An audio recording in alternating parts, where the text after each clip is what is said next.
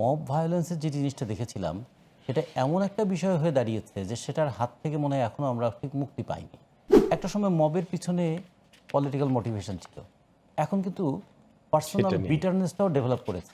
আইন শৃঙ্খলা রক্ষাকারী বাহিনী কখনো কখনো মনে হচ্ছেন যে নীরব দর্শকের ভূমিকা পালন করছেন, কখনো কখনো হয়তো একটা আম্পায়ারের ভূমিকা পালন করছেন। যতটা লড়েছি ততটা গড়েছি এরম বলতে পারবো না।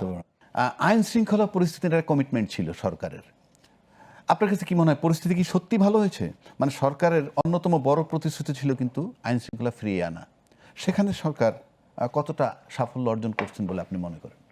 এখানে দুটো জিনিস আছে, একটা কমিটমেন্ট টু কন্টিনিউইটি। এই জায়গায় যদি দেখি তাহলে তিনি কন্টিনিউয়াসলি বলছেন যে আইন শৃঙ্খলা নিয়ন্ত্রণে সর্বোচ্চ ব্যবস্থা নিচ্ছেন, কিন্তু অভ্যুত্থান পরবর্তীতে আমরা যে মব ভায়োলেন্সের যে জিনিসটা দেখেছিলাম সেটা এমন একটা বিষয় হয়ে দাঁড়িয়েছে যে সেটার হাত থেকে মনে হয় এখনও আমরা ঠিক মুক্তি পাইনি।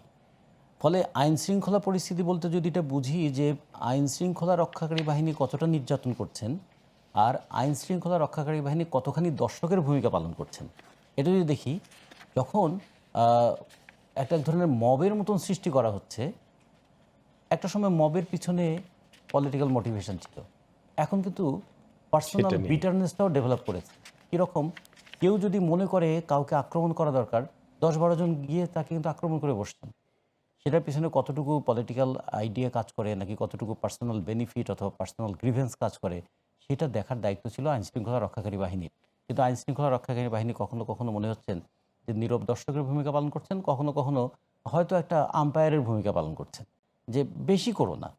এই যে জায়গাটা, এইটা কিন্তু মানুষের মধ্যে এক ধরনের আস্থাহীনতার জায়গা তৈরি করছে। তাহলে এটা কেমন দেশ হচ্ছে যে আমরা এত বড় একটা অভ্যুত্থান করলাম, আমরা একটা অন্যায় শাসনের বিরুদ্ধে লড়াই করলাম, একটা অগণতান্ত্রিক ব্যবস্থাটাকে পাল্টানোর জন্য চেষ্টা করলাম, একটা স্বৈরাচারী ব্যবস্থাকে উৎখাত করার চেষ্টা করলাম, আর একটা হলো যে কোনো কাজ আমি যা করব, যে আই অ্যাম দ্য স্টেট, এরকম অ্যাটিচিউড থেকে যে একটা দেশ পরিচালনা হতো, সেখান থেকে যে না আমরাই হচ্ছি রাষ্ট্র, আমি নয় আমরা, আমরা সেই জায়গায় আমরা কিন্তু খুব ভালো দৃষ্টান্ত এখনো দেখতে পাচ্ছি না। এখন এই জন্য মনে হচ্ছে প্রধানমন্ত্রী কি একটু নিঃসঙ্গ হয়ে যাচ্ছেন? তিনি যে কথাগুলো বলছেন, তিনি তার পুরো টিমকে কি সেইভাবে পরিচালিত করতে পারছেন? তার দলকে কি সে জায়গায় করতে পারছেন? একদিকে দলের পক্ষ থেকে ড্রাস্টিক অ্যাকশন নেওয়া হচ্ছে কোনো কোনো ক্ষেত্রে, চাঁদাবাজির ক্ষেত্রে, কিন্তু কমছে না তো।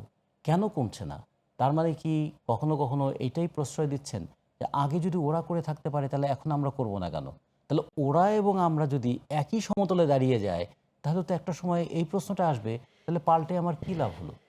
তো এই জায়গাটায় আমরা মনে করি একটা বড় ব্যর্থতা, মরাল একটা জায়গায় কিন্তু প্রশ্নের মধ্যে পড়ে গেল, যে অভ্যুত্থানের একটা যে মরাল মানে আপলিফমেন্ট হয়েছিল, যে আমরা অন্যায়ের বিরুদ্ধে লড়েছিলাম, মানে দুর্নীতির বিরুদ্ধে লড়েছিলাম, মানে যতটা লড়েছি ঠিক ততটা মনে হচ্ছে না, এরকম আর কি যতটা বিষয়টা। লড়েছি ততটা গড়েছি এরম বলতে পারবো বলতে না। পারবো না।